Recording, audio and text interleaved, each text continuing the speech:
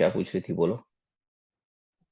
Sir मैंने इसमें share forfeited कुछ और कैलकुलेशन करके निकाला, लेकिन अब मुझे समझ नहीं आ रहा मैंने किया क्या था, लेकिन सर आंसर सही आ रहा है। क्या करके निकाला था मतलब? सर अब कोई ये तो और कोई बताएगा ना। कैलकुलेशन अब अब उस ये तो टाइम तू, पे की थी मैंने बहुत पहले। समीक्षा, इतना वर्किंग तो तेरे पास होना चाहिए ना कि तू खुद समझा सके कि ये क्या किया है। अब तुम सोचो यही चीज अगर तुम लिख के भेज दोगे एग्जामिनर को, और एग्जामिनर कैसे समझेगा? तुम खुद तो समझ नहीं पा रहे हो। इसीलिए कहते हैं ना कि वर्किंग प्रॉपर तरीके से बनाओ। तो अब दोबारा समझ लियो आराम से, कोई बात नहीं, ठीक है। तेरे को पूरा क्वेश्चन आंसर आ गया है तेरे पास, ठीक है, तो अब समझ लेना। ये समझ में आ गया? ये लो भाई, नोट्स टू अकाउंट्स ले लो परीक्षा, ठीक है।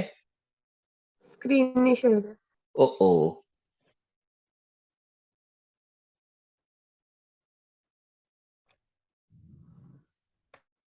अभी ठीक है।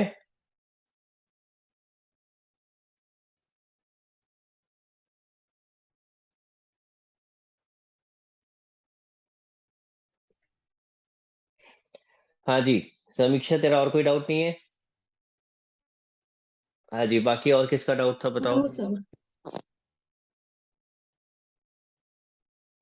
हाँ स्निग्धा, बताओ बेटा।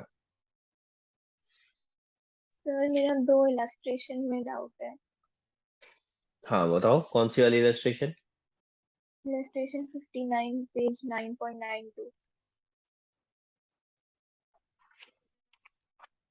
हाँ बेटा। सर इसमें फोर फीचर की एंट्री में फोर फीचर शेयर अकाउंट का अमाउंट नहीं समझ आया, मेरा गलत आया।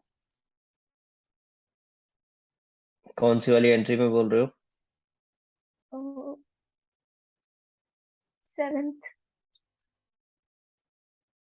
जिसके अंदर share capital debit, SPR debit, हाँ ये वाला।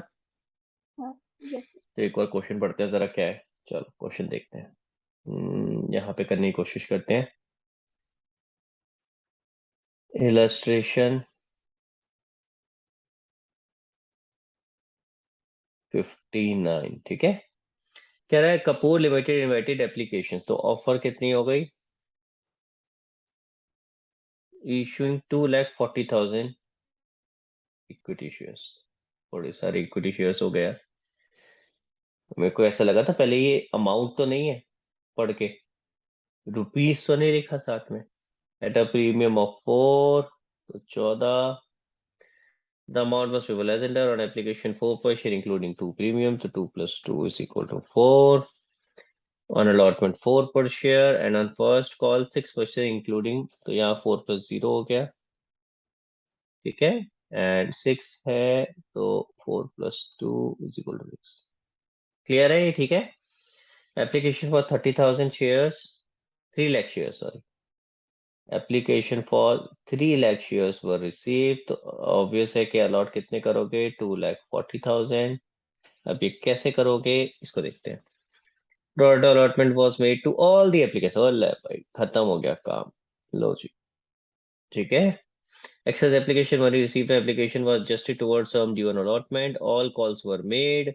तो पहले पूरा पढ़ लेते हैं, फिर उसके बाद करते हैं। चलो, all calls were made and were duly received except from Rohini, who failed to pay allotment, and first and final call on 7,500 applied by her. These shares were forfeited. Afterwards 40% of the forfeited shares were reissued, ठीक है। चलो शुरू करते हैं। सबसे पहले हम क्या करते हैं, पहला काम, 3 लाख को 2,40,000 अलॉट हुए, यही करते हैं भाई। Yes sir. ठीक है। तो एक्सेस एप्लीकेशन मनी कितनी हो गई, 60,000 मल्टीप्लाइड बाय 4, 2,40,000। अलॉटमेंट में ड्यू कितना है, बताओ भाई। 240। अरे ये तो वैसे ही दिख रहा है ज्यादा है, तो आप ये सारा का सारा अलॉटमेंट में एडजस्ट कर दोगे। बताओ कितना अमाउंट आया। 2,40,000 इंटू 4। हाँ 9,60,000। ठीक है। हाँ जी। अब इसके बाद हम निकालते हैं जो फोरफिटेड वाला है उसका। कौन है? Rohini. All calls were made and were duly receive except from Rohini. So Rohini की वर्किंग अलग से करते हैं और उसी की जरूरत पड़ेगी अपने को, ठीक है ना। सो रोहिणी में क्या कहता है, who fail to pay allotment and first call on 7,500 shares applied by her. Applied given है तो पहले तो मैं वही लिख लेता हूँ, 240 ये अप्लाइड है, ये अलॉटेड है, ठीक है।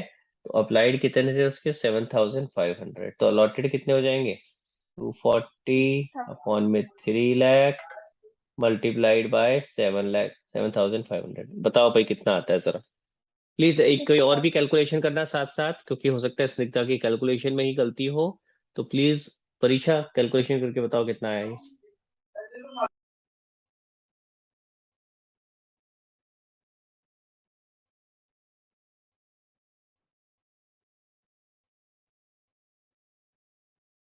6,000। Yes sir. तो 7,500 अप्लाई थे, ये अलॉटेड है, आपका डिफरेंस आ गया 1,500 का। दिस इज एक्सेस शेयर, जो आप एक्सेस एप्लीकेशन हैं, ठीक है। और हर शेयर पे कितने पैसे आए हैं एक्स्ट्रा, 4 रुपए, यानी 6,000 आपका एक्सेस एप्लीकेशन मनी आ गई। Are you with me. Yes sir. आगे बढ़ते क्या लिखा है, कह रहा है all calls were made and were duly received except from Rohini who failed to pay allotment and first and final call on 7,500 shares applied by her. These shares were forfeited.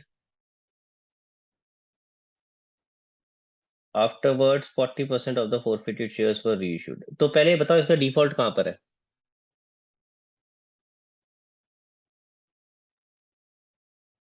Sir इसका default कहाँ पर है। इसने allotment और call पे नहीं करा ना, फर्स्ट कॉल। जी का लिखा है कि अलॉटमेंट पे नहीं किया है। ऑल अच्छा लिखा कॉल्स ही लिखा तो है, मेड। हाँ हाँ लिखा है, sorry my mistake, who fail to pay allotment and first and final call, sorry sorry my mistake. हाँ जी। तो अलॉटमेंट पे इसका डिफॉल्ट है, तो एक तो मैं यहाँ लिख देता हूँ 6,000, ठीक है, और एक यहाँ आ जाएगा 6,000, ठीक है। यस और सर। उसके बाद यहाँ पे फोरफीट हो गया, ठीक है। अब इसका जरा अमाउंट निकालते हैं। अब आपको अगर याद हो, ये 6,000 के साथ हम कुछ एडजस्टमेंट करते थे, कैसे करते थे एडजस्टमेंट, याद है स्निग्धा। नहीं। भूल गई। अलॉटमेंट ड्यू, हालांकि इसमें होगी नहीं, फर्क नहीं पड़ेगा क्योंकि प्रीमियम कुछ है नहीं। यहाँ देखो, यहाँ प्रीमियम कुछ नहीं है, समझ आ रहा है मैं क्या कह रहा हूँ, यहाँ प्रीमियम कुछ नहीं है। अगर होता तो यहाँ पे आपका दिक्कत आता, आपको चेक करना पड़ता है कि जो अमाउंट मिला है उसमें से प्रीमियम कितना है। क्लियर हो रहा है, ठीक है। तो यहाँ आप बच गए क्योंकि यहाँ पे आपका टोटल सारा का सारा अमाउंट जो है, जैसे आपका ये आ गया था 6,000, यहाँ पे कितना आ जाएगा, कितने हो गए शेयर्स इसके, 1,500 ना। एक सेकेंड, कुछ गड़बड़ लग रहा है, एक सेकेंड रुकना जरा। हाँ, तो ये कितना शेयर्स अलॉटेड है, 6,000 मल्टीप्लाइड बाय 4 विच इज 24,000। 24 आपका अलॉटमेंट में था, लेकिन इसका फर्दर बाइफिकेशन हमें करने की जरूरत नहीं पड़ी, तो ये वाला स्टेप इनफैक्ट हमारा इग्नोर हो जाएगा, इसको करने की जरूरत ही नहीं है। हाँ जी, अब आ जाते हैं शेयर फोर फीचर की एंट्री पे, या इसको ऊपर कर देता हूँ, यहीं पे कर लेते हैं। क्या एंट्री बनेगी बताओ बेटा, सिर्फ सीधा शेयर फोर फीचर की एंट्री कर रहे हैं क्योंकि उसी में प्रॉब्लम है, बताओ।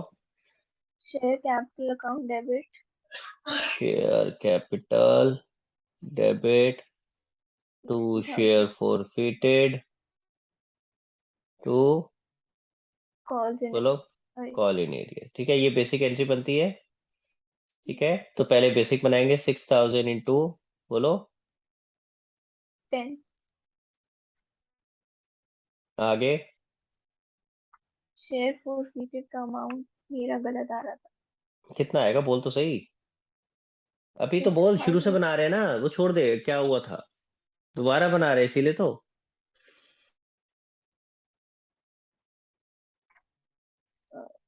कॉल्स इन एरियर्स का तो 6,000 54,000 इंटू आ क्या रहा लिखूं, 2 स्टेप, हाँ 2 स्टेप क्या होता है, पहले तो हम बेसिक बना रहे हैं विदाउट लुकिंग एट कि ये हमारा प्रोराटा वाला केस है। फिर 6000 इंटू बोलो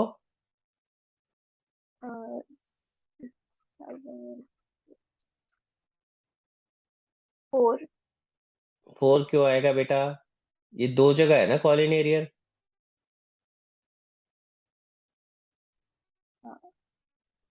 फिर तो 10 याद करो ना कॉलिन एरियर्स में क्या आता है, बाहर वाली वैल्यू। ठीक है, ये नहीं समझ आया तो पूछ पहले दोबारा, स्निग्धा ये क्लियर हुआ। देखो शेयर कैपिटल में आया जहां फोरफिटेड लिखा है वहां से लेके पूरा अंदर वाली value. Are you with me? ठीक है, तो शेयर फोरफिटेड में क्या आता है, जिसके आगे आपका कॉलिन एरियर नहीं है उसमें अंदर वाली वैल्यू। और कॉलिन एरियर में क्या आ गया, जिसके आगे कॉलिन एरियर लिखा हुआ उसकी बाहर वाली वैल्यू। ठीक है, चलो आगे, क्या ये मैच हुआ? और नहीं, कॉल्स इन तो एरियर्स का इसका बोला मतलब था। एसपीआर भी आएगा, कुछ प्रीमियम रिवर्स होगा। क्या रिवर्स होगा, जो कॉलिन एरियर में ये वाला, ये वाला रिवर्स होगा, जो कॉलिन एरियर में अभी तक हमें मिला नहीं है। जो नहीं मिला वो रिवर्स हो सकता है, जो मिल गया है उसको रिवर्स नहीं करते। ठीक है, हम्म, क्लियर, 2 रुपए मैच हो गया। हम्म, अब इसके बाद क्या होगा, अगला बताओ आगे क्या एडजस्टमेंट होगी। ये 6000 रुपए जो नीचे दिख रहे हैं एक्सेस 6000 एप्लीकेशन मनी, ये हमारे को ऑलरेडी मिल चुके हैं, तो हमें इसको कॉलिन एरियर से माइनस करना हाँ, पड़ेगा 6000, और इसको प्लस करना पड़ेगा शेयर फॉरफिटेड में। देखो, अगर एसपीआर वाली एडजस्टमेंट भी होती तो वो शेयर फॉरफिटेड से भी माइनस होती और वो एसपीआर से भी माइनस होती, जो कि इसमें नहीं है, हम बच गए क्योंकि हमारा शेयर अलॉटमेंट के टाइम पे कोई एसपीआर नहीं है। तो अब बताओ जरा कितना आया वैल्यू, देखे 60,000, 60,000 12,000, ये हो गया 12 और 6 18,000। ये कितना हुआ, 54,000 60 में से गए 54,000। देखो जरा यही आ रहा है क्या? अब आप देखो आपने कहाँ गलती करी है। आप देखो कहाँ गलती करी है आपने, कैसे किया है, मैंने कैसे किया है, आपने मेरे वाले तरीके से किया था या और किसी तरीके से किया था? मैं थोड़े वर्किंग नोट्स अलग बनाती हूँ तो उसमें अब गलती देखो भाई, अब तुम अपने तरीके से बनाओगे तो मैं हेल्प कैसे करूंगा, मैं वहां गलती भी नहीं बता पाऊंगा।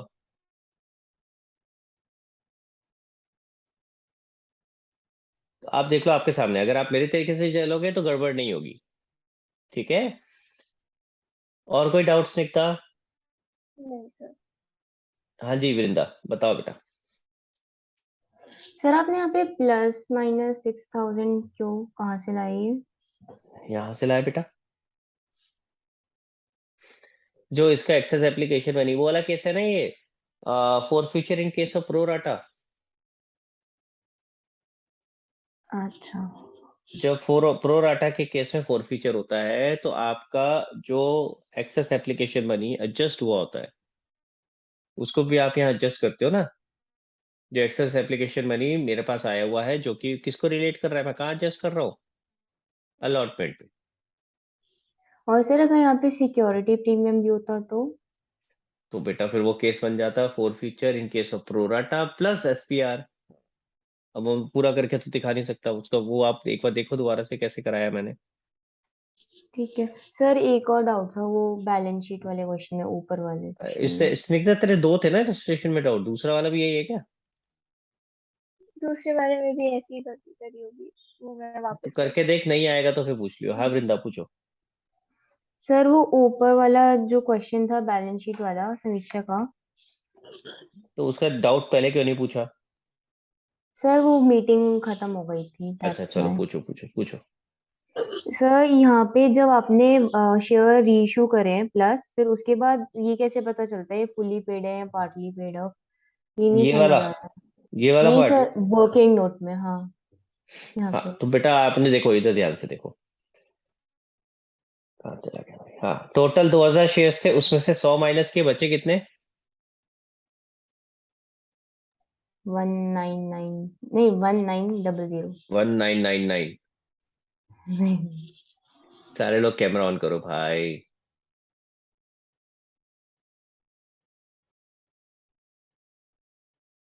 प्लीज। हाँ कितना बचा, 1900। तो 1900 ये तो आपके सारे के सारे ऐसे हैं जिनके आपने सारे पैसे मंगाए थे और सारे पैसे आ भी गए। R be in line with that? ये देखो, यस सर। 100 शेयर्स है ना जिनका पंगा है, बाकी सारे तो सारे ऐसे हैं जिनके जितने पैसे मंगाए थे सारे आ गए। तो 1900 तो यही आने थे, ये तो क्लियर है। Yes sir. ये ले चल, पहले तेरे लिए 1900 लिख देता हूँ। फिर बचे कितने? 100 जो 4 फीट के थे उसमें से 80 री इशू हुए हैं।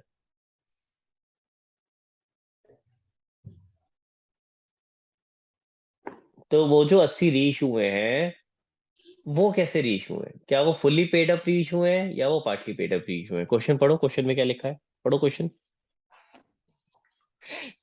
Of the shares forfeited, 80 shares were sold to Z credited as fully paid up for rupees 9 per fully paid share. Up है ना, हम्म। तो फुल्ली पेड अप इसलिए फुल्ली पेड अप में आ गए। अगर ये पार्टली पेड अप हुए होते, यानी इनसे भी हम फ्यूचर में पैसे मंगाते, तो फिर ये पार्टली पेड अप में आ जाते। और वो लिखा कैसे होता क्वेश्चन में पार्टली पेड अप है? ऐसे लिखा होता जैसे अभी आप लिख रहे हो, पढ़ रहे हो, फुल्ली पेड अप की जगह लिखा होता ₹80 पेड अप, ऐसे करके लिखा होता। अच्छा ठीक है। तो यानी वो पार्टली पेड अप है, अभी पूरा पूरा उनसे पैसे मंगाए ही नहीं है, बाकी पैसे अभी बचे हुए मंगाने के लिए।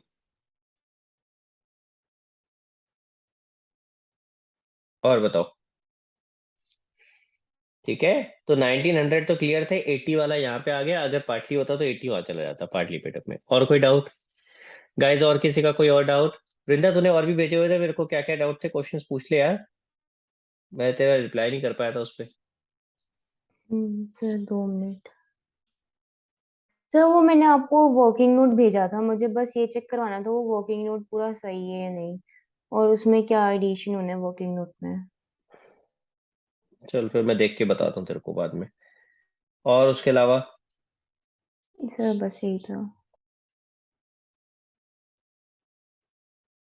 हाँ जी, और किसी का कोई डाउट इश्यू ऑफ शेयर्स में? तो मैं मान के चलूं इश्यू ऑफ शेयर्स के सारे डाउट क्लियर हो गए हैं, पक्का?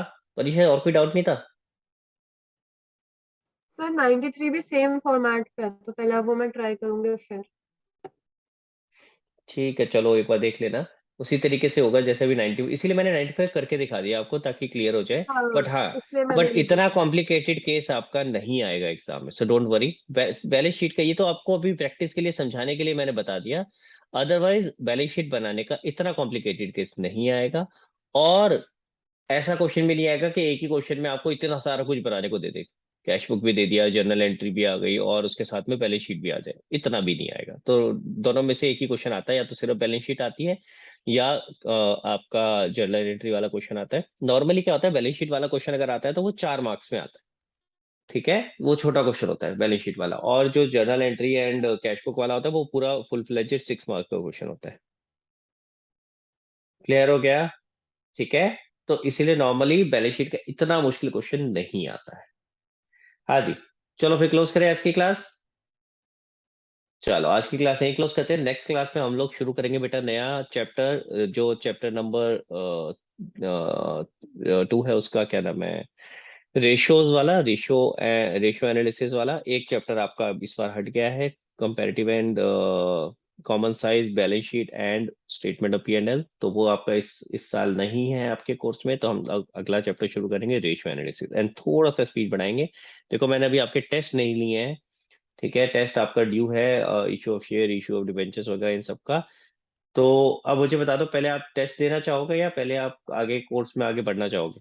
थोड़ा हम पीछे चल रहे हैं, इसलिए मैं चाह रहा हूँ कि पहले कोर्स खत्म कर ले। सर कोर्स में ही आके। हाँ जी, सबको ओके है? किसी का टेस्ट वेस्ट आ रहा हो तो मुझे बता दो, किसी को प्रैक्टिस करनी हो तो मैं टेस्ट ले लूंगा अलग से। कोई टेस्ट वेस्ट आ रहा है आपका, issue of share, issue of debentures?